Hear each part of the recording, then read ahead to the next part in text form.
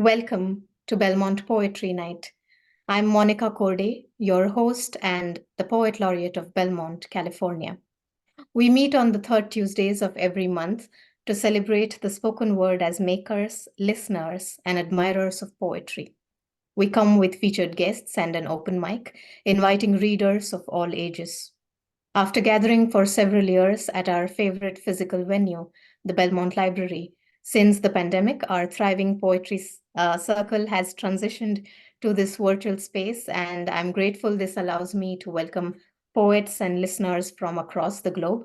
It is always a joy to see you all, and I hope you've all been keeping safe and warm given the rainstorm in the Bay Area, especially. And I'd love to know where you are joining me from tonight. So, as our poetry night tradition goes, please share in the chat. And thank you all for joining me and zooming in. As we delve into tonight's theme, being revolutionary, curated in honor of Black History Month, I invite you to reflect on these words separately. Simply the word being. What does that mean to you? And then how do you visualize the word revolutionary? Feel free to share your thoughts in a line in the chat, if you will, at any point through this evening. While curating this month's poetry night, I took the opportunity to revisit some of the legendary poets I've deeply admired and studied when I took up African American literature as an elective at my university in India. Learning about the Harlem Renaissance and then Black poets and writers such as Langston Hughes, Claude McKay, followed by female writers like Alice Walker, Maya Angelou, Toni Morrison, who brought Black literature to mainstream. I saw poetry and fiction in its barest and rawest forms and was taken by how Black artists use their art of writing to fuel revolution, to fuel change, and elevate other Black voices. And one such legendary poet that comes to mind is Audre Lorde. And as we move onwards, I'd like to read one of her poems as an opening piece to this evening. A Litany for Survival by Audre Lorde. For those of us who live at the shoreline, standing upon the constant edges of decision, crucial and alone. For those of us who cannot indulge the passing dreams of choice, who love in doorways, coming and going, in the hours between dawns, looking inward and outward at once, before and after, seeking a now that can breed futures, like bread in our children's mouth. So their dreams will not reflect the death of ours. For those of us who were imprinted with fear, like a faint line in the center of our foreheads, learning to be afraid with our mother's milk. For by this weapon, this illusion of some safety to be found, the heavy-footed hoped to silence us. For all of us, this instant and this triumph, we were never meant to survive. And when the sun rises, we are afraid it might not remain. When the sun sets, we are afraid it might not rise in the morning. When our stomachs are full, we are afraid of indigestion. When our stomachs are empty, we are afraid we may never eat again. When we are loved, we are afraid love will vanish. When we are alone, we are afraid love will never return. And when we speak, we are afraid our words will not be heard nor welcomed. But when we are silent, we are still afraid. So it is better to speak, remembering we were never meant to survive. Thank you. I was listening to one of Lord's readings of this poem, in which she tells, and this is really interesting, how she always likes to read the title of this poem as A Litany for Survival, number 42. And the reason she does this is, I quote her, to keep in our consciousness the fact that survival is not a one-time decision. It's not a one-time act. It's something that goes on and on and on. And you make a commitment and say, I make a commitment to myself. I make a commitment to my working. I make a commitment to my survival and to be able to see it wherever it occurs. What an impactful statement, right? And this is a commitment I see profoundly reflected through the working and living of a phenomenal poet amongst us tonight. I'm so honored to have Tongo Eisen-Martin, Poet Laureate of San Francisco, as my featured artist tonight, and it gives me immense pleasure to introduce him. Originally from San Francisco, Tongo Eisen-Martin is a poet, movement worker, and educator. His latest curriculum on extrajudicial killing of Black people, We Charge Genocide Again, has been used as an educational and organizing tool throughout the country. He is the author of the poetry and essay collections, Someone's Dead Already, Heaven is All Goodbyes, Waiting Behind Tornadoes for Food, and Blood on the Fog. In 2020, he co-founded Black Freighter Press to publish revolutionary works. He's San Francisco's 8th Poet Laureate. Welcome, Tongo. Such an honor to have you with us tonight. Much love and appreciation. It's great to be with you all. First, I should apologize to the souls of the house because I'm wearing the cheekbones of the mask on me, like the pill bottle whose name is yours, name tagged on the side of a factory of wrists. I mean, teeth of the mask now. Back of the head of the mask now, a new phase of anti-anthropomorphism fending for real faces. Stuck with one of those cultures that believes I chose this family. I'm not creative. Just the silliest of the revolutionaries. My blood drying on my only jacket. The police state psychic middleman evangelizing for the creation of an unmasses, an unmedgar, blood of a lamb less racialized or awesome prison sentence. Right angle made between a point on a Louisiana plantation and a 5-year-old's rubber ball, 3 feet high and falling like a deportee plane to complete my interpretation of garden variety genocide. I'm small talk about loving your enemies a little more realistically. About paper tigers and also gold. I need my left hand back. Broke my neck on a piano key. Found paradise in a fist fight. Maybe I should check into the Cuba line. Watching the universe last metronome. Some call Black Jacobins. They just wait. These religions will start resigning in a decade or two, some colorfully, some transactionally in a cotton gothic society class betrayal gone glasses. I mean, ironically, my window started fogging over too as I was trying to figure out which Haiti would get me through the winter, or which poem houses souls with socialist breakthroughs.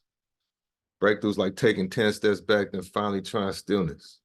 Like introducing Gabriel Prosser to the loneliest monk I remember childhood. Remember the word childhood being a beginning. Scribbling on an amazing grace, I rented this body from some circumference of slavery. Remember being kicked out the Midwest. Strange fruit theater, lithium and circuses, like-minded stomachs, the ruling class blessing their blank checks with levy phone with opioid tea. Centennial dollar bills yelling to each other, pocket to pocket. Cello stands in the precinct for a company and counter-revolutionaries. My mother raised me with a simple pain. The poet loses his mind. Like the room has weather. First girlfriend, gravity. I mean, the difference between me and you, the madness wants me forever. A pair of apartments defining both my family and political composure. Books behind my back, bail money pavement to the streets playing. Euphoria, euphoria, cliche. Bracing for the medicine's recoil, sharing a dirty daily sandwich with my friends. Black Jacobins underground topography of a grandmother's hand. Psychology of the mask now. Teeth of the mask again. You know, these little societies, they wander together like hopeful drops of a virus.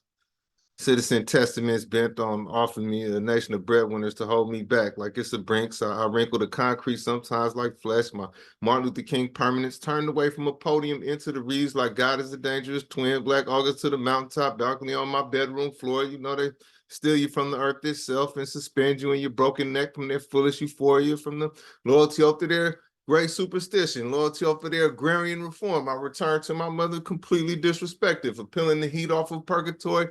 They kill poets like me. Walk me away from my poems, never to be heard from again. In this final industrial complex of bloodlines picked over, picked through, a sport and spiritual death, or your devil at least half made, police become a pretty word. I'm reading a lynch mob shoestrings like they were tea leaves, teaching you how to write about cities. It's the 25th century in the mirror, people. Tyranny against your chump change. You're a chump to be mocked even with a gun in your car. Accused of needlework, spelled tune for the proletariat at the relapse ministry. Talented people curled up in a fetal position next to a diamond, dying. Just another service day in the theatrics of tea house fascism and a bouquet of surveillance cameras in the poverty of God. New blue eyes, courses of water.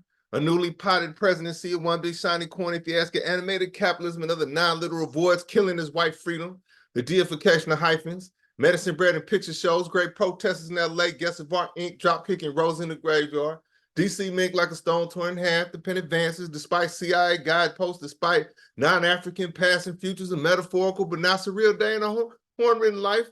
Horn player improvising king like a radio prize fight featuring Shango himself. A real hand sweeps the land of racism. May I return to the ground? May I make progress with the gun? On Our Mother Emmanuel, they put on music that evening. A swinging type body language for you to drink with fermented $5 bills. For your body language, some applause. My past stomach lining. Neither a good thing nor a bad thing like being psychic on the way to a lethal injection. It'll sit you down with Lady Day. Lady Day leading youth who surrendered their souls to Africa too soon. Poly thought floating in the cup of water, she saved me, accessing my stomach, accessing the love of the American lynched. Coat sleeves wooden avalanche to the wrist. Our Mother Emmanuel, avalanche to the sharp keys. Pain, or the deal you make with pain. A piano makes sense for them. Laying hands on the world gradually, addressing the bending necks on the streets of the north. Child sailing in pain, repeating pain in the north. 10 trigger fingers on that piano. For harmony would have me putting 100 fights on every thread off of the Lady Day, leaning on trees again, recruiting the countryside itself, saying, lay your plan out on this lightning. Make your poems a corner pocket of men. I've greeted the blues itself. America may clean my dead body, but will never include me. There goes the poet. Killing without killing. Never mind this little painting of your language. May I be a meaningful lynching, a crow's passing, good and dead by the afternoon. Thank you.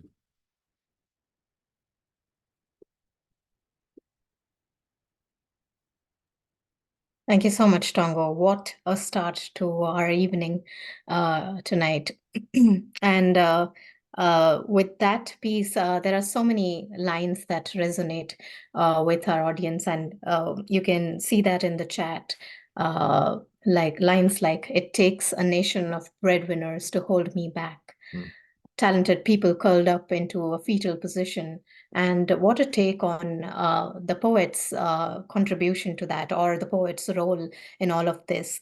I'd like to bring into focus something you've said, and I quote, "To me, there is no being a human being without being a revolutionary. There is no being a revolutionary without praxis." This is a point you have reiterated upon, and it certainly echoes through all the work you've been doing over the years, pushing the movement work ahead. You've spoken through your art and activism about heavy issues such as extrajudicial killing of Black people and gentrification, among many others. My question is, how can a new generation of writers be encouraged to tackle the meaty issues that beset society, like corporate greed, racism, poverty, and government policy? And how do you look at the possibilities of poetry in raising this consciousness towards being revolutionary? Right on. And again, man, so wonderful to be with you all. The grumpy news is that really almost regardless of of craft or discipline or even comfort zone, we can no longer be primarily operatives of anything besides social transformation. When you look at the accelerating mass murder um, abroad and here, uh, I think the historical task is devouring the sidelines, or we're we're going to be whatever noble in our little corners of a dystopia, but it won't even that there will be no there'll be no audience left, no readership left to to write for. Um, but in a way though that so all that to say that almost central to your life has to be participation in some kind of process of social transformation, uh, whatever whatever thing leads to another for you. But that through that praxis, actually you become a much greater writer. Because in order to, to not kind of to not participate in a political process, um, to give in to kind of this hyper individualism that this society or so-called society props up, is really to practice a selective humanization. Because this whole chessboard that you find yourself sliding across requires multiple genocides, both past and present, or as well as future. So to declare yourself a writer is to say, hey, it's cool wiping millions of indigenous people out, or I don't mind replaying the Middle Passage so that I can land in this identity I have. Like I would, it's almost to choose it. So you can only you can only make music out of so much reality when uh, you know when just in your interaction with reality you're not dealing with the entirety of the social situation. So like or and so I have a newborn. I was a 2-month-old in the next room who's crying. Said is kind of splitting my attention a little bit, but the practical answer is everybody, writers especially, join a movement process and then just naturally allow, just, often by the time you pick up the pen, it's too late anyway. So, doing kind of like the humanizing work with yourself, which is tied to collective humanizing work, like this is actually, what grows your craft exponentially. So go find you a communist party or something. Well, no, but that's so well put, Tongo, and it makes so much sense when you say that you almost choose it and you choose to participate. And like you said, often by the time you pick up the pen, it's too late. So I hear that you are saying that before poetry happens or before you are a writer, you are already part of the system, and that is where you start the work in speaking up or in participating in the politics of it. And then your work also takes you deeper into that. Right. And in a way, you know, you think about all of our social powers, um, and how oppression operates. It's almost the surrendering of our social power with the Mhm. alienation of our social power. So we give away our political power to bourgeois politicians. We give away our military power to determine our military reality to uh, white supremacists, cops and military forces. We give away our power to determine our medical realities to Mhm. whatever, you know, the big pharmas and all this whole system. So really all like a kind of a revolutionary change is just when people reabsorb their social powers or determine set themselves collectively to achieve this reabsorption of social power. And the beginning of that, and this is, you know, nothing original, really, you know, I think, you know, Paulo Freire said it best. The beginning of that reabsorption is reabsorbing the power to name the world, to name ourselves. And that, you know, in that way, you know, the artist or the writer is a critical ingredient at any time or at any stage in a revolutionary transformation. But you can't kind of like you can't cheap shot it.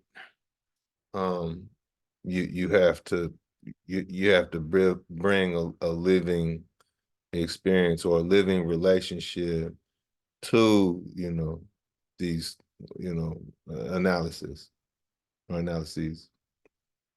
Absolutely. I love what you just said in your concluding line, that you build a living relationship with that. And with that, Tongo, if you'd like to offer a couple pieces before we go on to another question. Mm-hmm. Thank you. Um,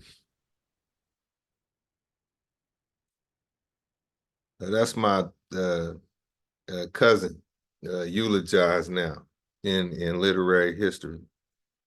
It wasn't pretty, this effect on my eternal soul.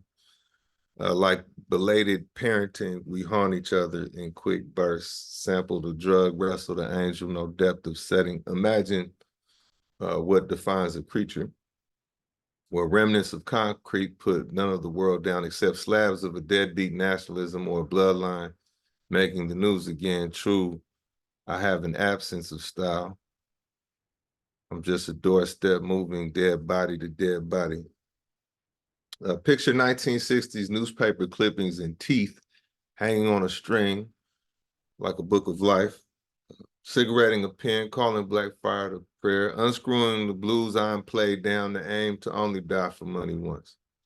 Ladies and gentlemen, we know what you all are not doing. Mainly, you all are not leaving the universe to its childhood. The spirit world up and starts murdering city trees, our psychic re-break, sleeping in my car Sunday chores, allegory of new hard R's, no going to regular people jail, no being hunted by regular people, cops. All I dream is physical death.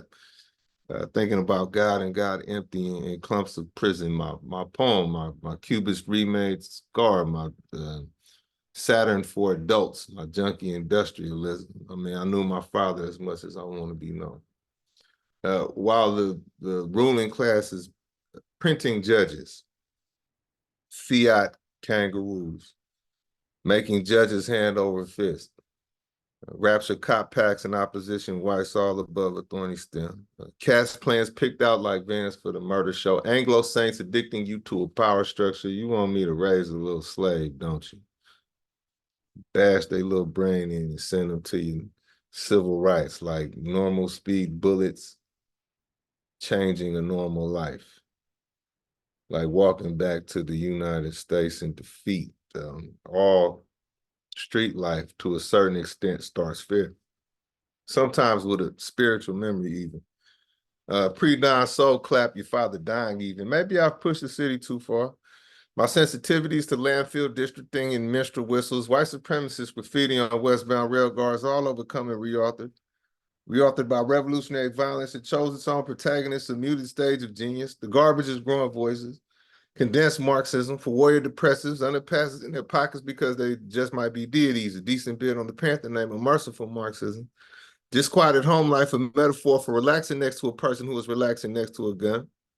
Stare at my father for a few seconds, then return to my upbringing, return to the souls of Ohio black folk revolution down and pagan at this point. You know what the clown wants? The respect of the ant. Wants to interpret pain only. Wants to pull a 38 out of a begging bowl. Wants me to hurt my hand on his pen. I'm not tired of these rooms. Just tired of the world to give them a relativity. My only change of clothes prosecuted, the government finally learned how to write poems. Shootouts that briefly align and make up a parable. Parables like white bodies are paid well. Do white men even have leaders? Are all white people white men? A rat pitches a river.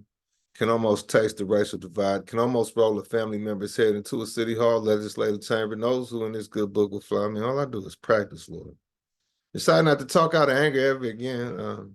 Met my wife at the same time. I met new audience members for our pain. We passed each other cigarettes and watch cops win. A city gone uniquely linear. Harlem of the West, do it true universe. I'll always remember you in fancy clothes, my wife said. So here I sit, twisting in silk ideation. Rifle made of post-bellum targets made of an honest language. This San Francisco poetry is how God knows that it's me whining. Riding among the lesser respected wolves, lesser observed militarization, Dixie-less prison bookkeeping. The California gray coats are coming. Lynch mob gossip and bourgeois debt collection is tempting to change professions mid-poem. In the Chicago briefing, a white sergeant saying blank slate for all of us after this black organizer is dead. Standard academics toasting $2 wine at the tank parade. Bay of nothing, Lord. Just nuclear cobblestones, gun line athleticism, and the last of the inherited asthma. Children giving white dolls to play with in fear. Facial expressions borrowed from rich people's shoestrings. I can hear hate and teach hate and call tools by people names and name people dead to themselves. No one getting naturalized except federal agents soon. Carving the equator in the throat soon. I'm sorry to make you relive all this, Lord. All this pre-non-monarchy friends putting up politician posters and snoring the remainder of the pace. Mental script shoved into the walls by their elders. My children sharpen their quarters on the city's edge. For these audiences, I project myself into a ghost-like state. For these gangsters, I do the same. Every now and then, take a nervous look. Sleep becomes Christ. Sleep starts growing a racial identity. Do you ever spiral, Lord? Has the gang aids betrayed us? Be patient with my poems, Lord. There's so much pain, it's a point to crown me, and it has to be if race traders come with it. Lord, is that my revolver in your hand? You know, better presence than these of yonder cages have called us holy slaves. Filled the school libraries with cop documentaries, baby. I don't have money for food. Why? I have no present moment at all.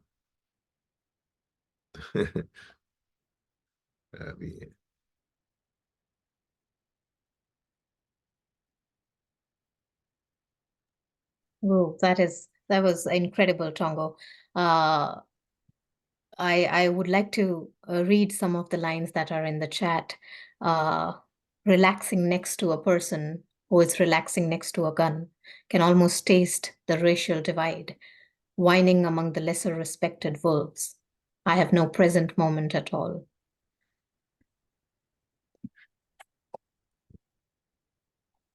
You know, the line is actually writing among the lesser respected wolves. But I Uh-huh. like the whining, man. I think I'm I like that better. I wish I thought of that. That's actually like 5 times better. Man. But I But really unfortunately, like. look, unfortunately, this is all being recorded, so I can't. They're gonna know it wasn't a revision. I cannot plagiarize. But thank you very much. Your ear is smarter than my pen. Well, I really like the images that you build here in this piece, with such power coming through in those words. And would you like to share another piece or take a question first? Because I have a question about the power that comes through in all of your pieces, and especially this one. Let's try the question, man. Hopefully I'll answer better. I'm sure you will, Tongo. Well, for my next question, I'd like to go to the lines of another one of Audre Lorde's poems called Power, which Mm. is such a strong piece from her. That And possibly the greatest poem of all times. absolutely, I couldn't agree more with you. And the lines that I'd like to quote from that piece are, "But unless I learn to use the difference between poetry and rhetoric, my power too will run corrupt." And as I dwell on these lines, I'm thinking of the power a poet has, that you've harked back upon, and you've mentioned it a few times already.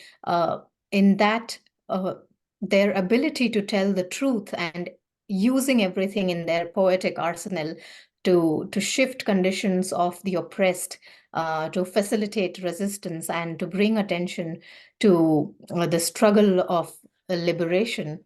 And I see that in your work as an educator and activist. You have focused attention on enhancing education and other support for the next generation, amplifying Black and Brown voices in the community through platforms such as Black Freighter Press, and helping young people, especially in schools, those who are in shelters and detention centers.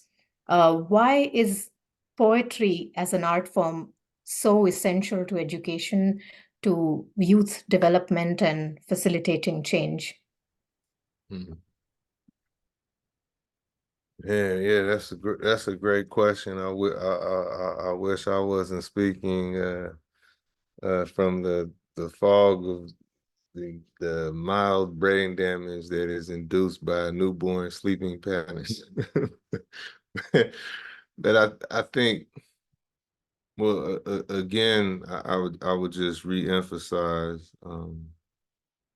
the kind of the power of poetry as that, as embryonic uh, revolutionary consciousness, which is again to define ourselves. Um, but I think also poetry is kind of a convergence of logics, um, and and so in that beautifully doesn't require mastery of these respective logics. So you can, wear the kind of like the knack to find mathematical symmetry in language meets whatever history or what, kind of like universes of like historical association you have meets your own kind of emotional journey meets the influences of other art. You see, all of these kind of modes of digesting reality can meet in a poem, and doesn't and almost help uh, supplement a search for insight in each respective mode of excavating a reality from this kind of just from a kind of an open and searching mind. So in a way, just like it's just an incredibly healthy way to come to conclusions.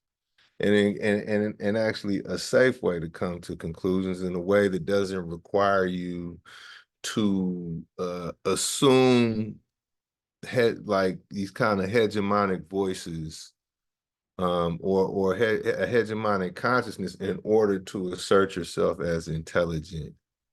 So within the poem is a declaration that, I can tell you just as much about the universe as anybody in this Western canon.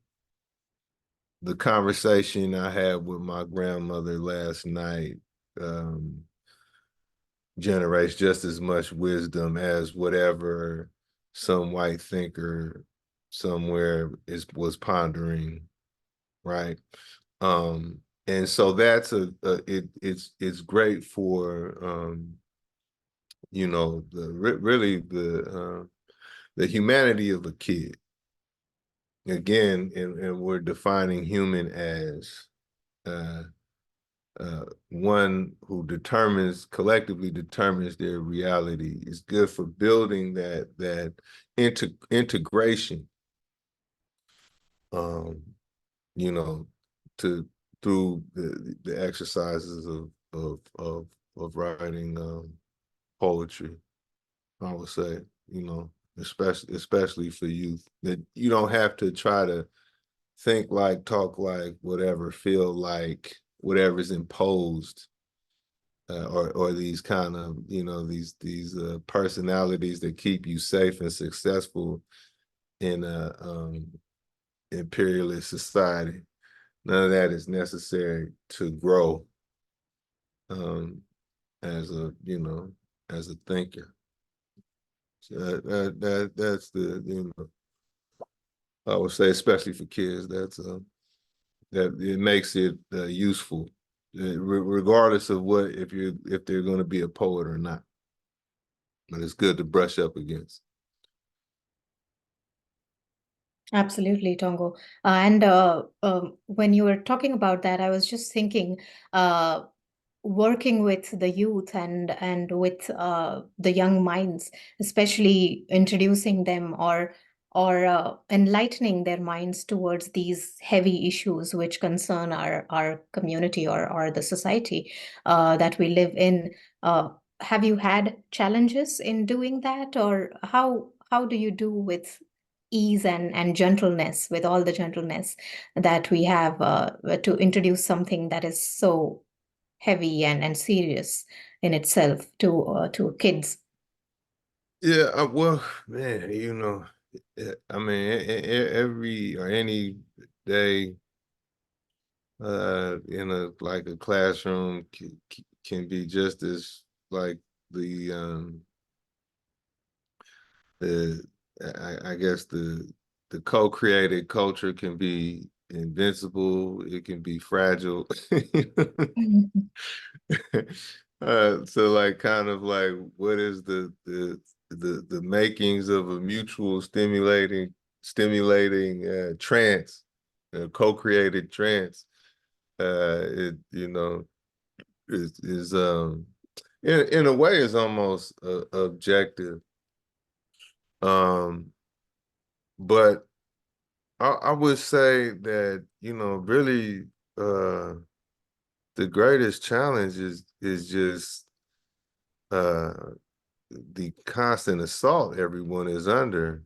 Mhm. So it's trippy, right? So again, I have this 2-month-old in the next room, and I could go on and on about the almost the seamless miracle that a new being is, the just how fascinating their presence is, and how I should be allowed to do nothing else but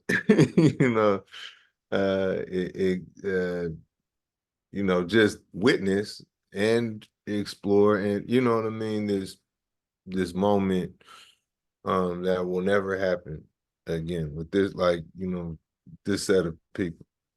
But no, Right. I have to, you can, I mean, we could all go, I mean, at this point, who isn't under immense pressure? I mean, just the cost of living alone, let alone if you want to extend your heart to, Yeah.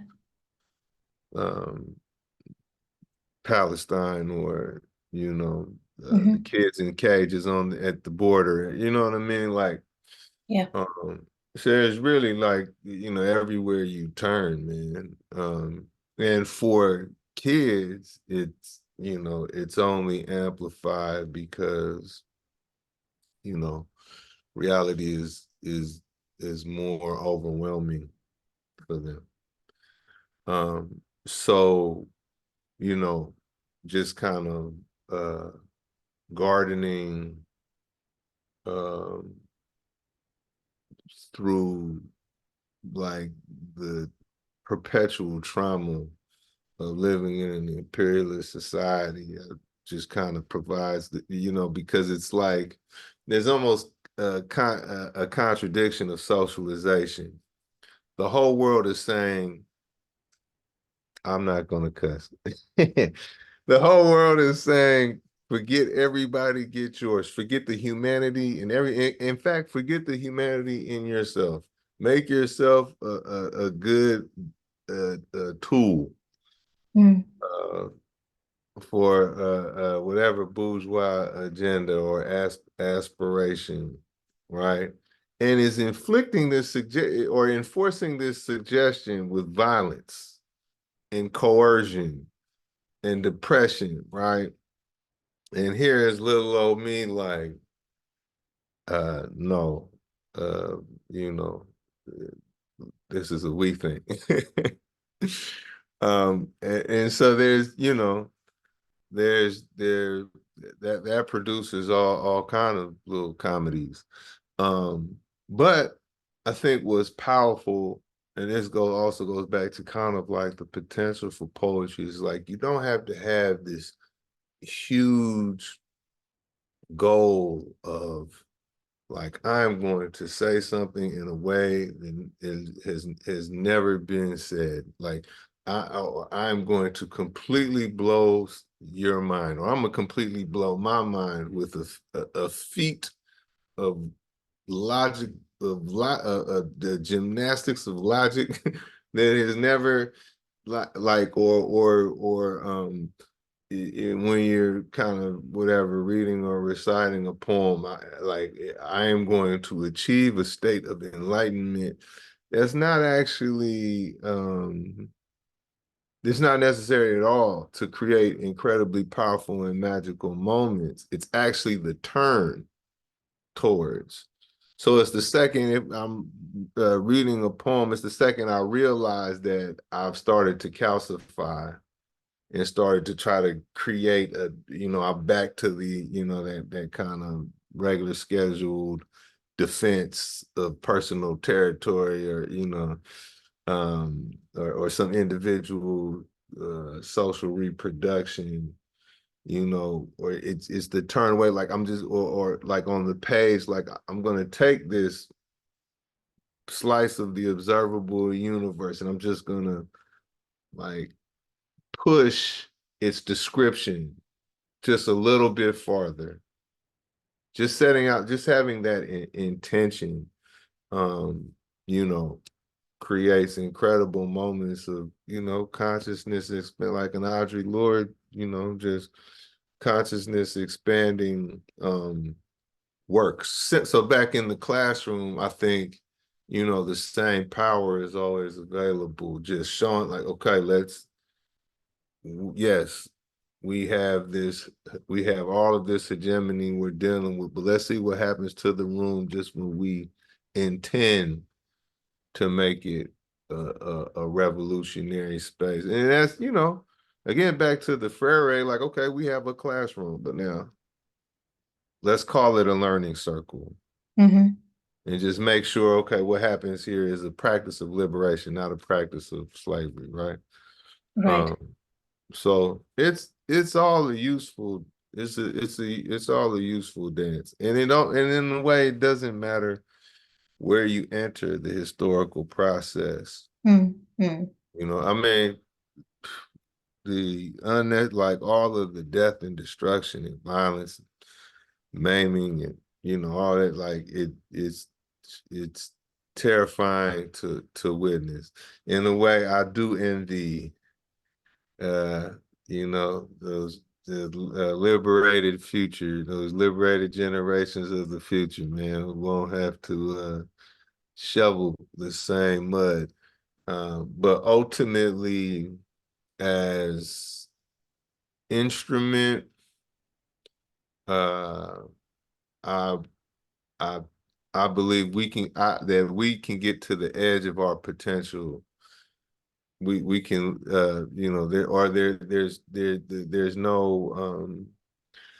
there's no end to the journey of collective and internal cultivation, regardless of where you're dropped off in this thing. No, absolutely, Tongo. It's such important thoughts you've shared with us here, and one of the takeaways I have from what you've just said is that you mentioned how poetry is as an embryonic revolutionary consciousness, so really deep within us. Would I have a last couple of questions for you, but would love to hear some poetry before that. Gotcha. Um, apparently, too much of San Francisco was not there in the first place. This dream requires more condemned Africans, or put another way, state violence rises down, or the still life is just getting warmed up, or army life is looking for a new church and ignored all other suggestions, or folktale writers have not made up their minds as to who is going to be their friends. This is the worst downtown yet, and I've borrowed a cigarette everywhere. I've taken many a walk to the back of a bus that led on out the back of a storyteller's prison sentence, then on out the back of slave scars, but this is my comeback face. I left my watch on the public bathroom sink and took the toilet with me, threw it at the first bus I saw, eating single mothers half alive. It flew through the bus line number, then on out the front of the White House. Hopefully you find comfort downtown. But if not, we brought you enough cigarette filters to make a decent winter coat. A special species of handshake lets all know who's king and what's the lifespan of uniform cloth. This coffin needs to quit acting like those are birds singing. Rusty nails have no wings, have no voice other than that of a white world dying. There are book pages in the gas pump. Catchy, isn't it? The way three nooses is the rule, or the way potato sack masks go so well with radio calls, or the way condemned Africans fought their way back to the ocean, only to find waves made of 1920s burnt up piano parts, European backdoor deals, and red flowers for widows who spent all day in the sun mumbling in San Francisco. Red flowers, but what's the color of a doctor visit? There are book titles in the streets. Book titles like Hero, You Make a Better Zero, or Hey, Fur Coat Lady, the President is Dead, or Pay Me Back in Children, or they hung up their bodies in their own museums, and other book titles pulled from a drum solo. Run here, hero. Lie at the hiding place. All the bullets in 10 precincts know where to go. There's no heaven nor any other good idea in the sky. Politics means that people did it and people do it. Understand that when in San Francisco and other places that was never really there. I bet this ocean thinks it's an ocean, but it's not. It's just 6th and Mission Street. All know who's king. King of thin things. Like America, I'm proud to deserve to die. I'm going to eat my dinner extra slow tonight in this police state candy dispenser you all call a neighborhood. No set of manners goes unpunished. Never mind a murderer's insomnia or the tea kettle preparing everyone for police sirens. I go to the railroad tracks and follow them to the station of my enemies. A cobalt-toothed man pitches pennies at my mugshot negative all over the United States. There are toddlers in the rock. I see why everyone out here got the big cosmic basket and why blood agreements mean a lot and why I get shot back at. I understand the psycho-spiritual refusal to write white history to take the glass freeway. White skin tattooed on my right forearm. Ricochet Sue is near where I collapsed into a rat-infested manhood. My new existence as living graffiti. In the kitchen with a lot of gun cylinders to hack up. House of God in part, no cops in part. My body brings down the Christmas. The new bullets pray over blankets made from the old bullets. Pray over the 28th hour's next beauty mark. Extrajudicial Confederate statue restoration. The waistband before the next protest poster. Hey, by the way, time is not an illusion, Your Honor. I will save your deaths for last. You are witty, Your Honor. You're moving money again, Your Honor. It's only random one thing. Non-white cops and prison guard shadows reminded me of spoiled milk floating on an oil spill. A neighborhood making a lot of fuss over its demise. A new lake for a Black Panther party. Malcolm X's ballroom jacket slung over my son's shoulder. The figment of village. A new noose to a new white preacher. All in an abstract painting of a president. Bought slavery some time, didn't it? The tantrum screeches of military boats and election Tuesday cars. A cold-blooded study in leg irons. Proof that some white people have actually fondled nooses. That sundown couples made their vows of love over opaque peach plastic and boat action audiences. The Medgar Evers second is definitely my favorite law of science. Fondle news clippings and primitive Methodists. My arm changes imperialisms. Simple policing versus structural frenzies. Elementary school script versus even wider white spectrums. Artless bleeding and the challenge of watching civilians think. Terrible rituals they have around the corner. They let their elders beg for public mercy. I'm gonna go ahead and sharpen these kids' heads and arrows myself and see how much gravy spills out of family crest. Modern fans of war with their t-shirt poems and t-shirt guilt and me having on the cheapest pair of shoes on the bus. I have no choice but to read the city walls for signs of my life.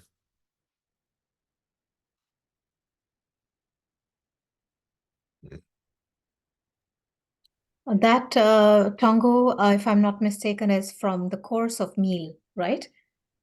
Yeah, well, yeah, but And it did was a you, medley. Yeah, I went into it. Yeah, it started with the course of meal, and then went into right? a poem called "I Do Not Know the Spelling of Money." Right. Yeah, yeah. I realized that that you directly dived into another piece after that, and it's absolutely incredible and amazing how uh, your poetry exudes an easy fluidity. These words strung together in such contemplative rhythm. On paper, the way you structure your poem, and in your delivery of it itself. It's as if your whole body is the poem or becomes the poem, the way you deliver it. And I see there is this part improvisation and part what would I call it? Improvisation and of course memorization of it. And you are a multidisciplinary disciplinary artist with a lot of natural crossover between your written poetry and music. Was jazz and blues as well a very specific entry into your musicality as a poet? And if you could talk to us a little about the ways these genres bleed into each other. Okay, but man, I have to clarify to this recorded history that I'm just an amateur guitarist, man. It actually started a kind of a like a fluke. I was in a pretty bad car accident about 9 years ago. And like ever since, this shoulder right here is an illusion. It does not actually function. And so coming out of that, I kind of just needed something for my hands to do. And and kind of just picked up the guitar, and it really was more of a kind of a meditation, or even almost felt more like a cigarette habit than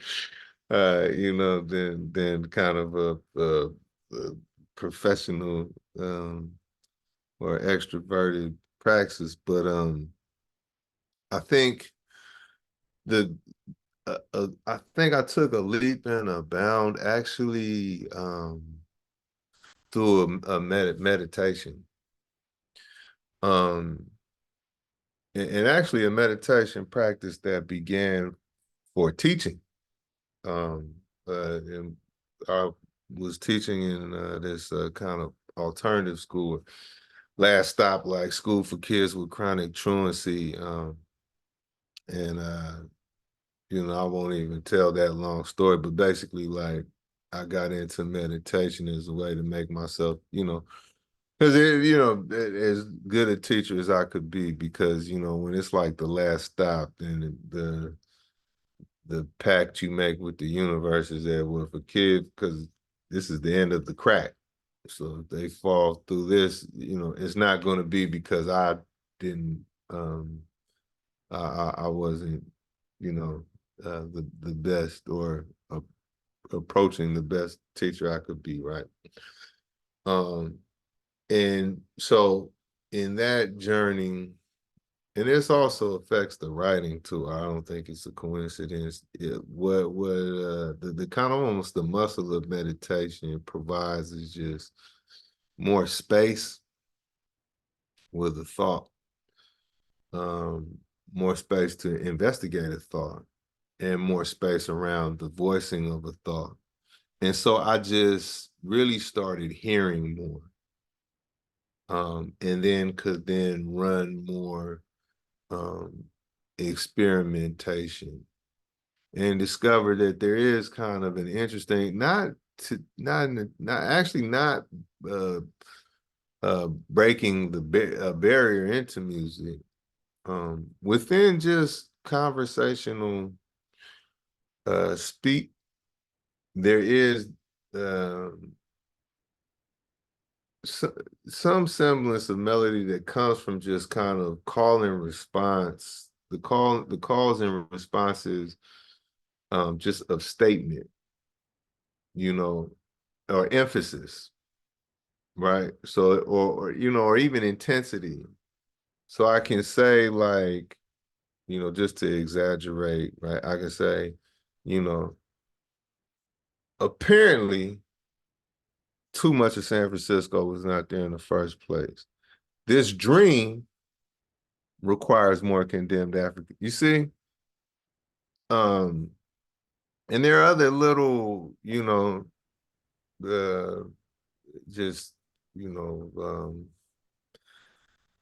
ways to induce rhythm, like even just deciding, like you don't have to have a strict or a good sense of time.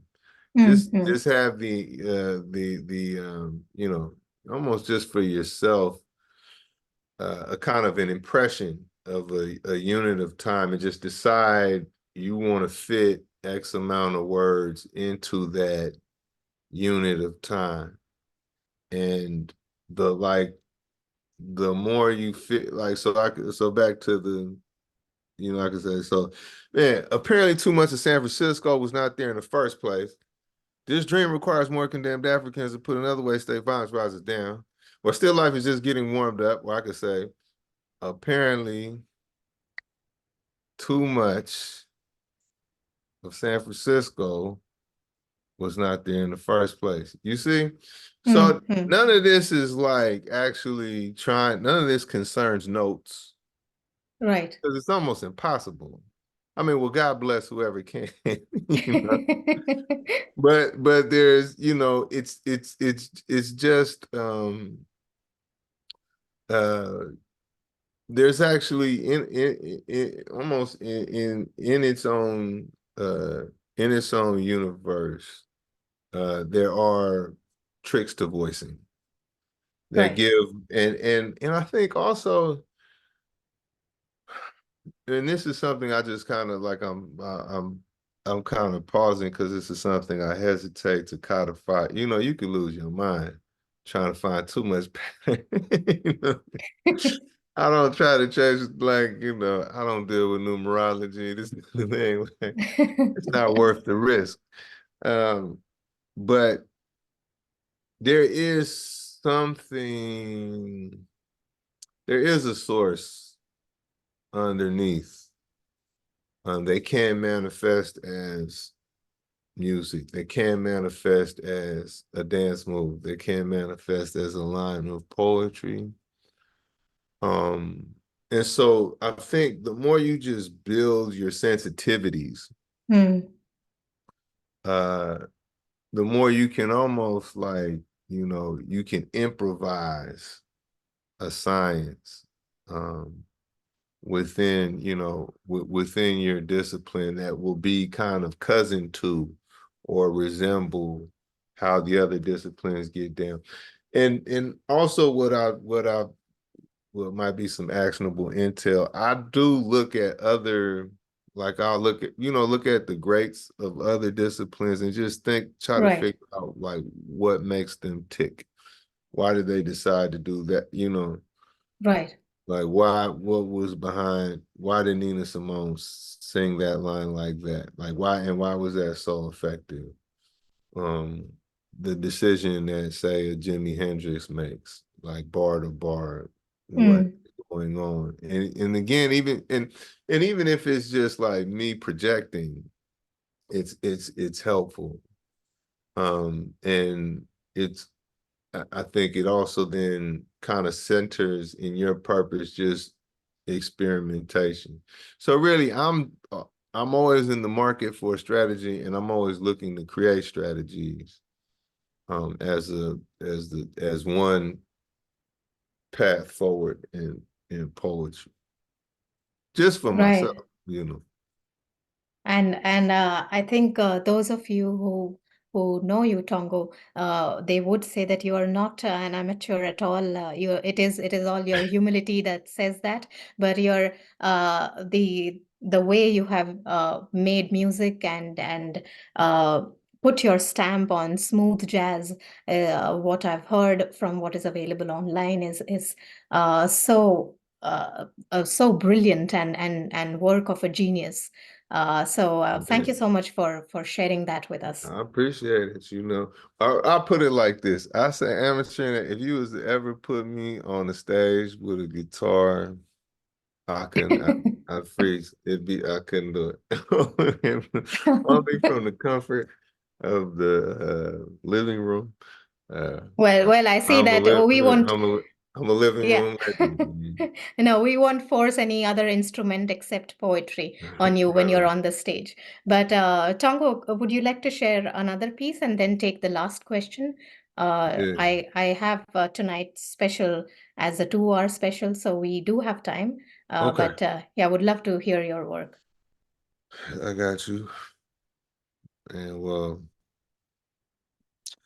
I had this dream that I was laid up in the hospital, and people kept coming into my room by the dozens, and each dozen had special handshakes for each other, and occasionally current dance moves, and they would kick my hospital bed from time to time to let me know that they'd be dancing from this room on out to my grave. Strange cha-chas and soft shoe shuffles, disco spins, like they were dancing for a white sundial, marking numbness in their feet drum race ride. And I was ready to die because, ask a musician in the tombs after court, it's the surroundings themselves, it is the uniform, but still, I just couldn't bring myself to visualize against God. One of them stood over me like a conductor, waving their arms over my body, directing my heart to beat fainter and fainter, directing the tubes to turn the fluids back. And I kept, fading from consciousness with thud after thud on the legs of my bed as they danced wilder and wilder, well, wild but meek, or artificially meek, like an artificial pastor told them to be. I was to be some kind of character or projection to be laid at their feet. Only one participating in the revolution today. They mocked me. And I was ready to go because there had plenty of pianos that could use a new soul. And I'm going to be in the revolution for as long as it takes. So you can punch me out now. I mean, I was born with one foot in a lime pit anyway, but man, check it out. No one bothered to ask the doctor if I was really dead. Man, I was just too busy strutting, too busy kissing. I kept fading um, with only enough breath and sweet consciousness to count their smiles. 1, 2, 3, 4, 5. Then I heard a voice, a whisper, and it was counting with me. 6, we said. 7, we said. 8. Then another voice joined us. 9, 10, than another. See, I haven't been eating long. I've been in a trance. I haven't been sleeping. I've been washing my face off the port of Charleston. There's blood on the fog. You know, a lot of God can happen in 3 seconds.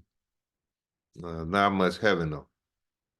Here's a man before a fight, a leave me alone type character, emerging from the penniless death of a one-way street fiction, a fancy way of saying I'm going to make it even if I have to drive backwards. All I have is chord changes and 1,000 backhands, driving the street like I'm choking it. Car full of nephews, hasn't been a son since November. It hasn't been a street I can't choke to death. This city better back down. Yeah, you see this gun on the table? There's something about staring until it all feels stable. Why wouldn't I protect everyone? All my death sleep late. My son better be quick. My daughter better shoot first. Because we fall for no one. We fall for nothing. Okay, the first thing you'll feel is the heat. This lady would tell me, trying to tell me about possession. Drink life need is what I mostly hear. And most of the world leaves me alone.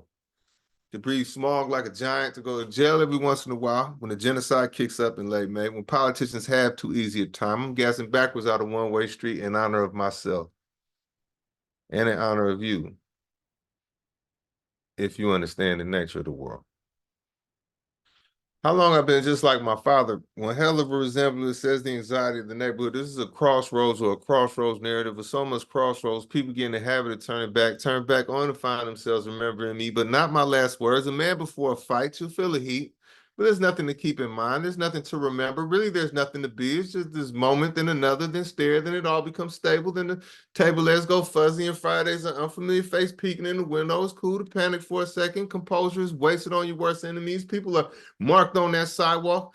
Everybody knows this in a wire hanger empire. When the blood stops walking, this feeling isn't father enough to be permission to fold. You better swing one more time. You know, that father of yours rose from the grave and said, just give me 5 more minutes. He said, running water is a myth. It's us who are running up, down, and all alongside this water. And people don't rise from the grave. They're not laid down neither. It's us who flip all around their body. So beware when the people around you all look like they about to jump. It might be your time. You'll feel the heat. And when 4 walls demand to be 4 walls and the earth outside mutes, don't panic. Don't try to recreate the earth outside. Don't tell jokes to yourself. Don't even talk disrespectfully to the 4 walls. Instead, unclench your fist and walk away. There might be heaven if you understand the nature of the world.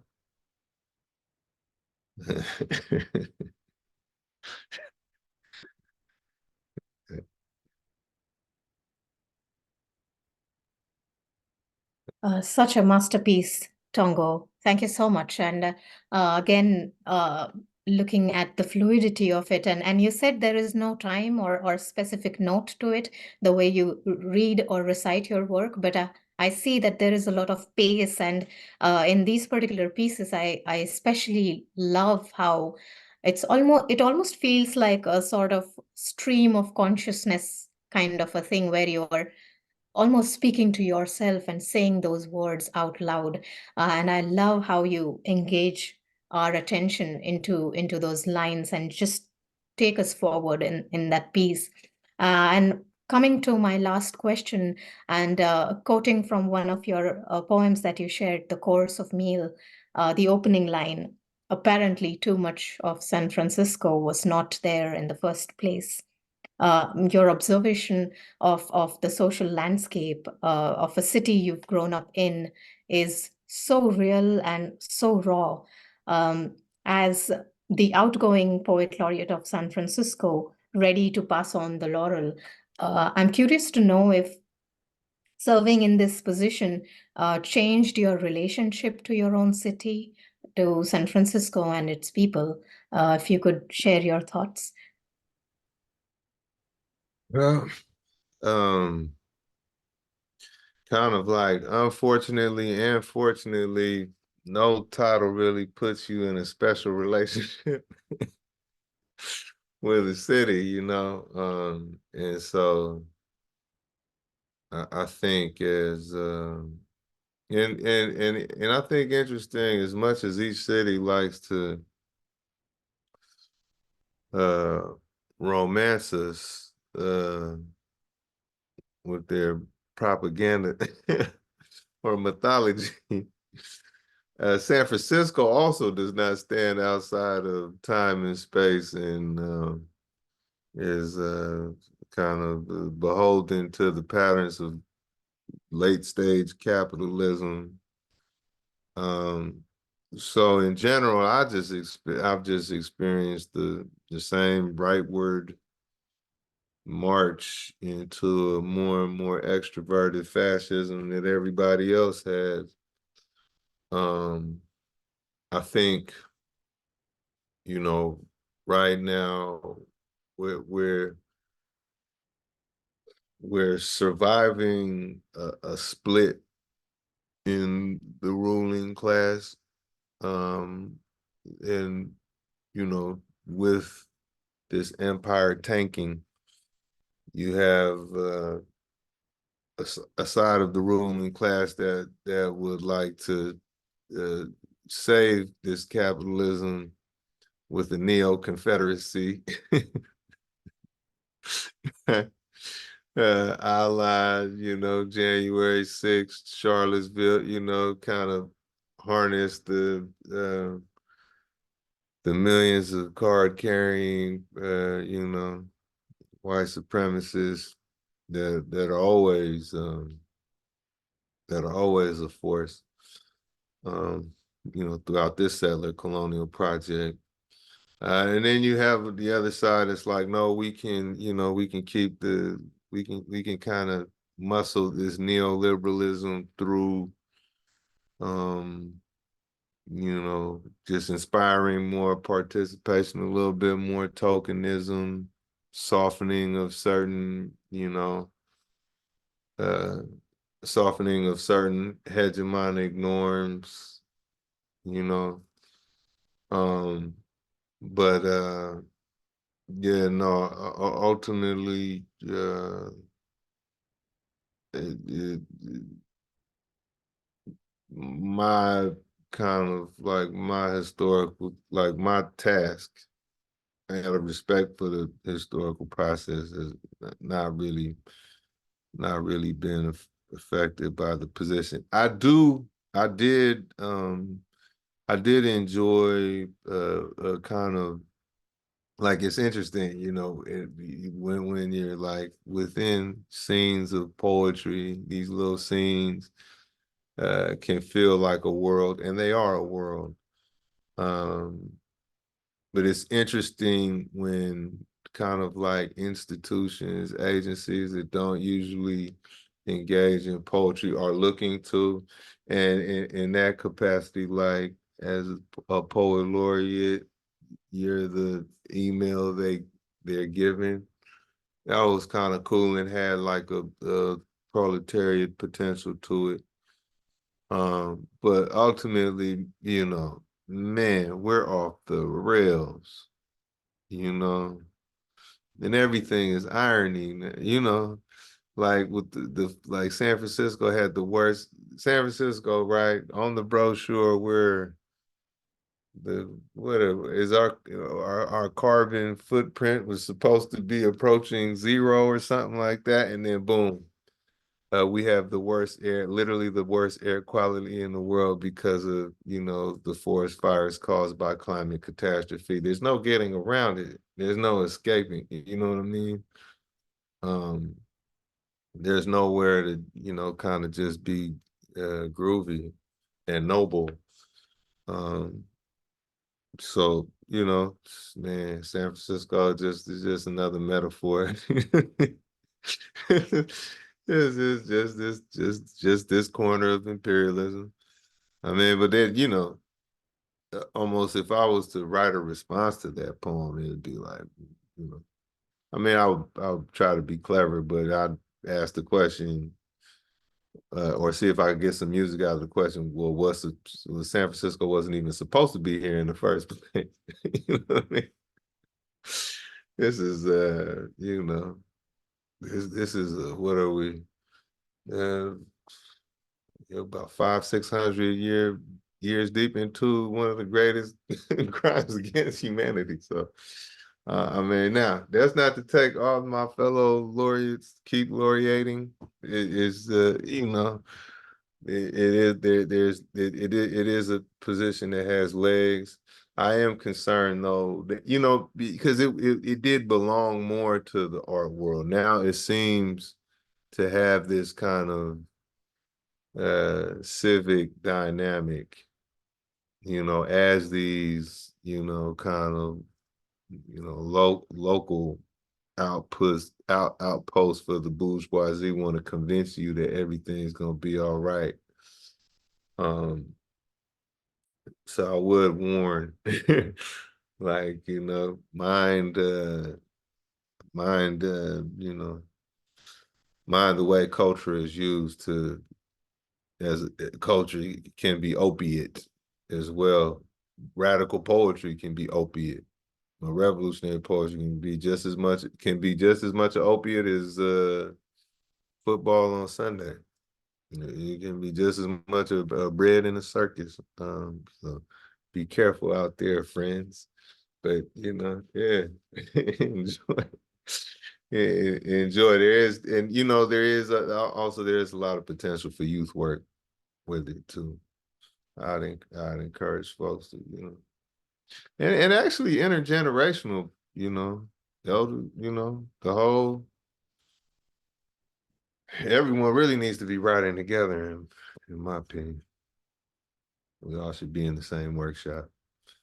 But Right yeah. on, Tongo. I think it makes so much sense, all of the things that you've shared with such honesty and humility. And thank you so much, Tongo. This was really a masterclass in being revolutionary, I'll say. And your work, as well as this conversation, has really been a wake-up call. And like me, I'm sure our audience is also reflecting on the wisdom you've shared. And I'd like to invite comments from them before we close this segment. I'll be posting some links in the chat about Tongo's work.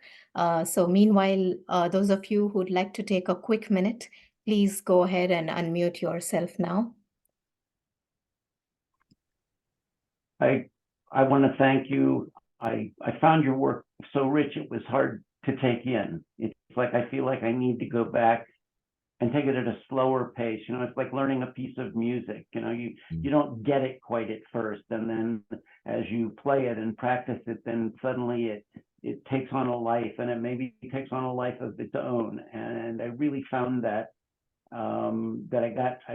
sometimes I would get as much caught up in the rhythms and the cadence as in the words themselves, and they were all working together and the power was there. So I want to thank you. And you said we're not going to be all right. We're not. Yeah, we'll be okay. We'll be okay. That's what when you look at a groovy little infant, you like, man, you came through here. We must persist. But appreciate your ear. Glad you're here.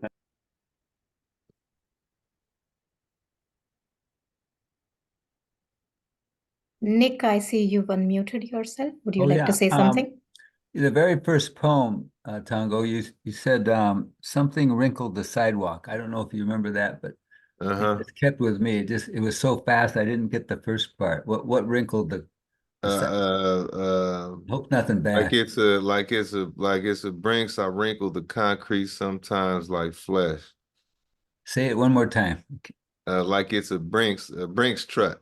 Like got it. I wrinkle the concrete sometimes like flesh. Tinkle the that got it. that is a Yeah, nod thank to you. our I wanted that one. Thank you. our days of thunder, The days of our thunder. our liberation, from a a time of higher tides, Yeah, thank you. I saw you at well, I wasn't there, but I saw you on YouTube at the Tabard at the San Jose Festival. Yeah, yeah, that was you're good live, I tell you. right, right on, man, right on, Thank right you. on.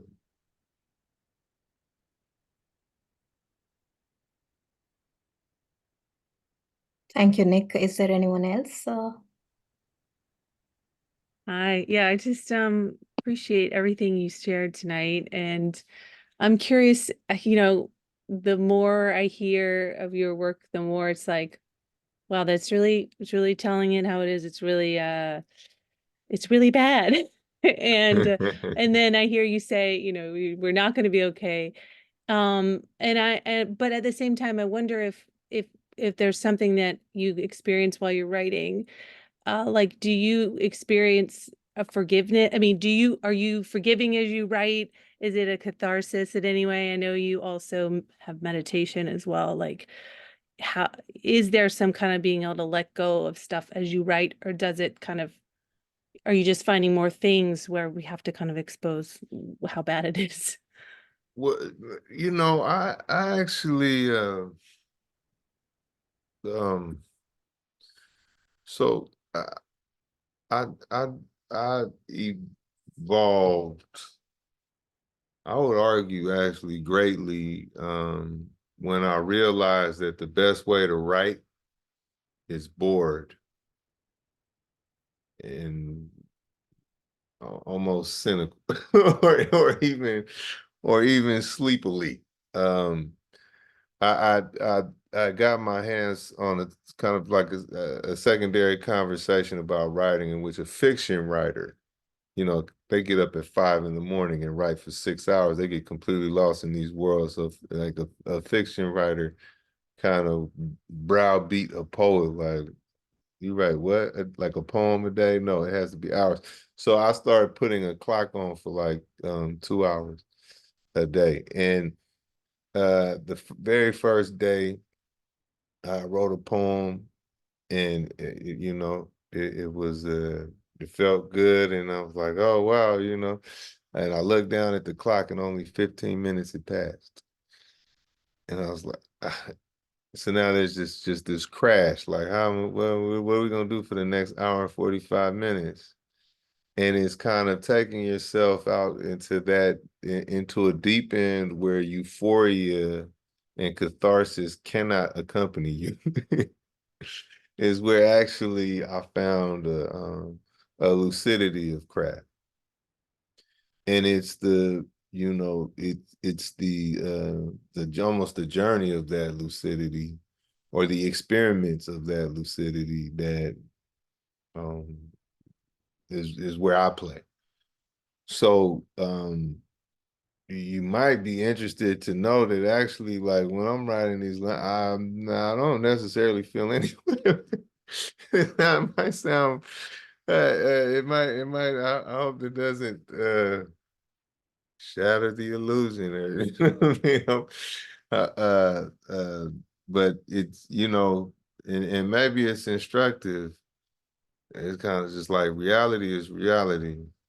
And if I try not to get high off of my investigation of reality, I see more. And so it's almost like, it's not personal. It's Cool. really not personal. And so it's almost like it's not even it's not necessarily a vendetta, even in the first place. It's a problem. It's an offer. It's problem and solution, or here's the whole problem if we're going to find a solution. And along the way, energy can kind of come along for the ride, or really, as you dissolve Because it's really all my intention was. I just wanted to kind of dissolve my first person camera angle into more of a kind of like choral narrator kind of schemes. Mhm. And if you find the sweet spot where you genuinely are dissolving your personal territory as you investigate things, you get your hands on everybody else's territory. So now it's actually, it can feel like a hurricane, but really it's, it's not my hurricane. Mhm. This is just really what is happening, And I think like a good piece of art, that's another way to skin it. Like a good vessel for everybody. And therefore, a good vessel for everyone, say rage, and therefore digestible. Because if you were to literally like what's the statistic? They say if you went to a Palestinian if you went to the funeral of every Palestinian child killed in the last 3 months, every day if you went to a funeral, you'd be going to a funeral every day for the next 27 years. I think is the statistic right now. Mm-hmm. Now, how could you experience that? And that's just one little slice of what's going on. Like, you know what I mean? That's one slice. Like, there's genocide all over the place. My cousin was killed by a white supremacist in 2021. His killer, who was convicted of murder in the second degree, was let go in 360 days. Got sentenced to 360 days. Like it's it's there you can't even begin to like it's almost to the way we negotiate reality right now, it's almost impossible to experience. So here is the poem, and I think, but speaking of Audre Lorde, that's what Audre Lorde, what she said, the liberatory potential of poetry is that, like, here is the first step. If I was to tell your mind, be free, here's the poem is kind of something your consciousness can trace, or even the jumpstart a kind of a liberatory consciousness in a way. So here is if you're doing right, again, I say through political praxis, through good process of internal cultivation, whatever you're doing right by this poetry thing, then you can kind of create a vehicle both for the transmuting all of this pain and suffering, as well as a vehicle for accessing all this pain and suffering and death and murder in a way that doesn't like reduce you to like fleshy rubble in the corner somewhere, you know what I'm saying? Completely overwhelmed. What's trippy is it's actually, as I experience it, when the pen is in my hand, it's actually negotiable. Yeah. It's when I don't have the pen in my hand that I'm just like, what the, you know what I mean? Thank you. Right on. Thank you so much, Tongo. All right, then. Thank you, everyone, for your comments and questions. I'd like to remind everyone to please check out the links to Tongo's published works in the chat. And Tongo, once again, I'd like to say how grateful I am, and all of us are. It is truly an honor to be in a virtual room sharing this space in poetry and community with you. I'd also like to congratulate you on your continued work and your incredible tenure as the 8th Poet Laureate of San Francisco and a forever revolutionary Poet Laureate. I'll add that. Right on. Much love and appreciation. Sorry I can't stick around. I gotta go back on baby duty. Sure. But Absolutely. I know. I believe you are on EST time, so I completely understand yeah. if you have to leave. Although, man, time has really lost or time of day has lost all meaning. So true, so true. But the clock resets every 3 hours. So it's just my shift coming up. But I appreciate you. This is you know, it's been a beautiful it is a beautiful gathering you all are gathering with clearly a beautiful spirit. So I'm glad I got to wander in. All Thank right, you. y'all. Thank you so much, Tongo, and good luck as you go on your baby duty as well. But it was super fun to have a conversation with you tonight. Thanks again. Likewise. All right. Thank you. All right. No. All right. With that, we are going to stop recording this segment.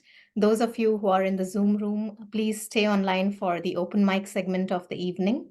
To the YouTube audience, thanks for tuning in and hope to see you for next month's virtual Belmont Poetry Night. Good night.